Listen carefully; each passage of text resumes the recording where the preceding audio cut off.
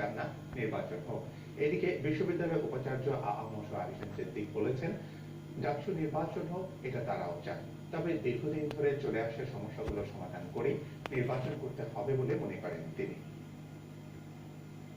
ঢাকা বিশ্ববিদ্যালয়ের ছাত্র সংসদ ডাকসু নির্বাচন অনুষ্ঠানের দাবি দীর্ঘদিনের। 90-এর পর থেকে এ দাবি তুলে আসছেন শিক্ষার্থীরা। শনিবার ঢাকা বিশ্ববিদ্যালয়ের 50তম সমাবর্তনে আচার্য হিসেবে রাষ্ট্রপতি আব্দুল হামিদ ভবিষ্যৎ নেতৃত্ব সৃষ্টির জন্য ডাকসু নির্বাচন হওয়া জরুরি এমন বক্তব্য দেওয়ার পর থেকেই এ দাবি আরো জোরালো হয়েছে।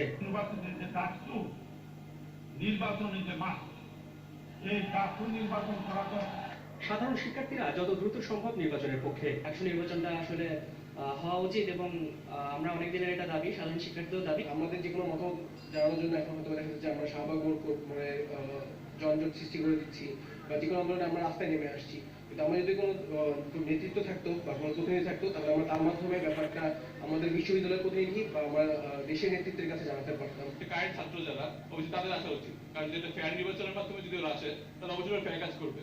বিভিন্ন ছাত্র সংগঠনের নেতারা বলছে, বিশ্ববিদ্যালয় কর্তৃপক্ষ চাইলেই সকল সমস্যার অবসান ঘটিয়ে বন্ধ থাকা ডাকসু নির্বাচনের ব্যবস্থা করা সম্ভব। বিশ্ববিদ্যালয় কর্তৃপক্ষ উদ্যোগ নেয়, বিশ্ববিদ্যালয় কর্তৃপক্ষ যদি চায় যে ডাকসু নির্বাচন দিবে, তাহলে এটা কোনো জটিলতাই তাদের জন্য জটিলতা নেই, সবকিছুই সমাধান আছে। ডাকসু আমরা পাবো কি পাবো না, নির্বাচন দেবে কি দেবে না, আমরা দীর্ঘদিন ধরে দেখছি যে ডাকসু সহ সারা দেশে যে ছাত্র সংসদ, সেই ছাত্র সংসদগুলো অকার্যকর হয়ে আছে। আমাদের রাষ্ট্রপতি মনে করছেন ছাত্র সংসদ দরকার এবং প্রাচীন ঢাকা বিশ্ববিদ্যালয়ে ডাকসু দরকার, কিন্তু বিশ্ববিদ্যালয়ের প্রশাসন মনে করছে ছাত্রদের অধিকার নিয়ে কথা বলার কোনো সংসদ দরকার নেই।